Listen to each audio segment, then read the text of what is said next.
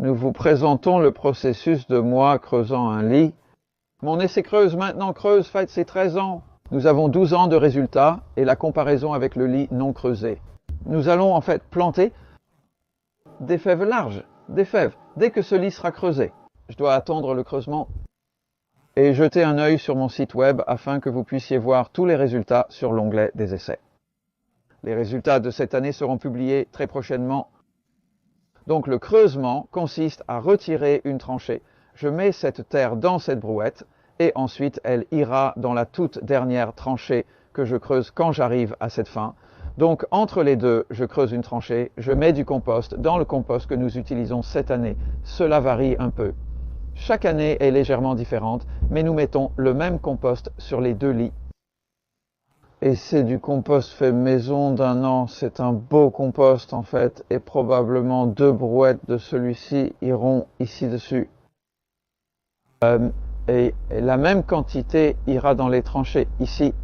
Donc nous avons la terre sur le compost ici, comme dans le creusement traditionnel en Angleterre, de toute façon d'après ce qu'on m'a dit, et puis le compost sur le dessus. Ici. Donc il y a pas mal de travail supplémentaire ici parce que comme creuser les tranchées et puis retourner cela sur le sol déjà creusé, mettre le compost dedans. Dans les 12 années de pratique constante, le lit sans creusement produit environ 12% de plus. Le total cumulé. Et nous remarquons également des choses comme la mousse autour du bord. Voyez-vous cela? Il y en a beaucoup, eh bien j'appelle ça beaucoup de mousse. Et elle n'est présente que sur le lit creusé, et il n'y en a presque pas autour du lit non creusé, et nous ne voyons pas de mousse dans ce jardin non creusé. Il semble donc que la mousse aime le sol et qu'elle n'aime pas le compost. C'est une chose à considérer si vous avez beaucoup de mousse dans votre jardin. Les autres différences sont les mauvaises herbes. J'ai donc désherbé ce parterre, en fait plus que ce parterre. Cela dépend évidemment du compost que vous mettez, mais celui-ci prend définitivement plus de temps à désherber. Et je remarque parce que vous avez de la terre sur le dessus. Vous pouvez voir aussi les morceaux de gravier.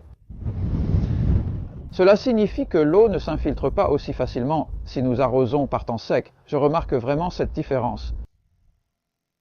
Et quelque chose qui me déroute vraiment à propos de tout cela est l'argument traditionnel qui a été que vous mettez du compost dans le sol où se trouvent les racines. Mais en réalité, beaucoup de racines sont à la surface. Tout ce que je peux dire, c'est que les preuves empiriques de cet essai montrent à quel point il est plus bénéfique de passer beaucoup moins de temps et de faire beaucoup moins de travail et de simplement mettre votre compost sur le dessus. Vous pouvez le faire à tout moment en hiver et voilà, vous êtes prêt pour le printemps. Et curieusement, nous entendons certains arguments selon lesquels il est préférable de mettre le compost au printemps plutôt qu'en hiver parce qu'on prétend que la pluie d'hiver le traverse et emporte les nutriments. Mais les gens ont toujours fait cela en creusant et personne ne l'a dit aux creuseurs quand ils le faisaient. Mais plus que cela, avoir du compost sur le dessus pendant l'hiver protège et nourrit la vie du sol. Et si cela ne fonctionnait pas si les nutriments étaient emportés, il ne pourrait jamais y avoir l'abondance que je vois dans mes jardins, comme chaque automne, 10, 11, 12 mois après avoir étalé du compost, parce que nous en mettons la plupart avant Noël. Tout est encore vraiment luxuriant et a magnifiquement poussé. Alors voilà, Adam étale ce magnifique compost fait maison. C'est presque comme, c'est en fait du vermicompost. Une partie de celui-ci, c'est doux et moelleux. Et je suis presque sûr qu'il a été suffisamment chaud pour qu'il n'y ait pas de mauvaises herbes dedans. Donne-moi une idée de la quantité que nous mettons. C'est à peine un pouce. Ça semble plus quand c'est frais.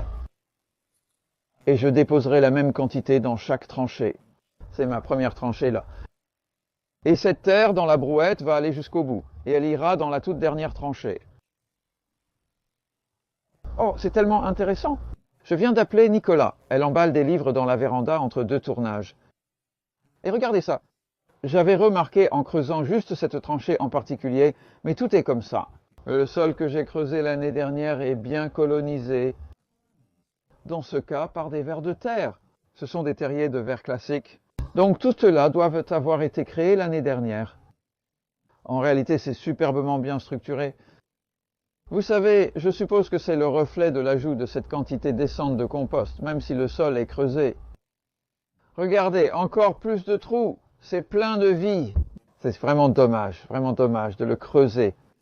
Chaque année, je me dis qu'une belle structure en nid d'abeilles dans le sol, c'est l'idéal, et cette vision le confirme plus que jamais. Cette année, j'ai cultivé des oignons et du chou frisé ici, mais les oignons n'étaient pas bons. Ils ont commencé à pousser au printemps et ont mis du temps à se développer. Alors que le chou frisé, en fait, qui a poussé davantage en automne, était vraiment bon. C'est sûrement ce qui arrive. Quand on creuse le sol, il recule d'un pas et doit se rétablir.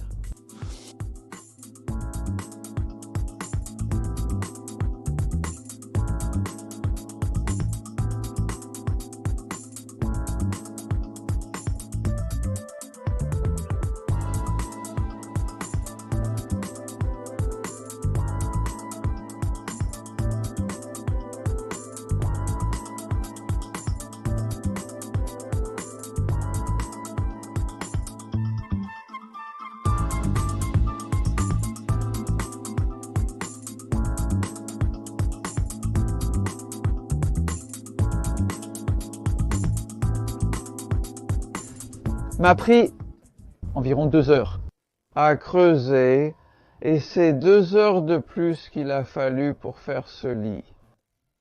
Et pourtant, ce lit donne chaque année 11 à 12% de nourriture en plus. De plus, nous avons fait analyser le sol ce printemps, et il y a 14 carbones dans ce sol. 18 dans le non creusé, donc ce que je viens de faire, c'est perdre un peu de carbone. Je pense que c'est là que le dioxyde de carbone s'échappe, ou que le carbone s'oxyde en dioxyde de carbone. Je devrais dire, et vous savez, je ne peux pas m'empêcher de penser que c'est vraiment dommage de faire cela, parce que vous avez vu que je trouvais tous ces beaux sols structurés. En fait, le sol s'est rétabli pendant l'année, et me voilà à le briser à nouveau. Mais c'est un sol magnifique, comme vous pouvez le voir. Et cela me déconcerte chaque printemps. J'ai fait ce beau sol ici, et pourtant les choses ne poussent pas presque aussi vite qu'elles le font là-bas. Là où je parlais à Adam à ce sujet, en fait, il pense maintenant que ce sont des décomposeurs secondaires, des mycéliums dans le sol qui sont tous là, et ils colonisent également ce compost maintenant, alors que si vous attendez et le mettez au printemps, ils n'ont pas la chance de le faire. Donc, ce que cela signifie, c'est que vous avez des mycéliums dans le compost du non-labour, tout comme ils sont là, mais ici ils peuvent travailler beaucoup plus rapidement parce qu'ils vivent principalement à la surface, et nous mettons des plantes. Et ils colonisent les racines, et cela propulse la croissance. Cela pourrait donc expliquer la situation. Adam est très éveillé, visitez sa chaîne Mycoad. Et oui, nous faisons constamment des découvertes fascinantes. J'espère que vous avez aimé regarder ce processus de fouille fou.